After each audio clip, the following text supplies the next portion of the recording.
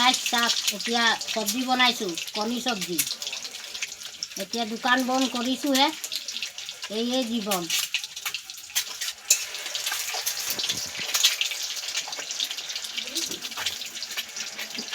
এই জুইত গেছটো পাবলৈ নাই চৰকাৰে এনেকুৱা কৰি দিলে যে ৪৫ দিন নহ'লে গেছ নাপায় এতিয়া আমিতো দুখীয়া মানুহ দুটাতে গেছ ল'ব নোৱাৰোঁ যে এটা ভৰাই থলোঁ বোলে আকৌ এটা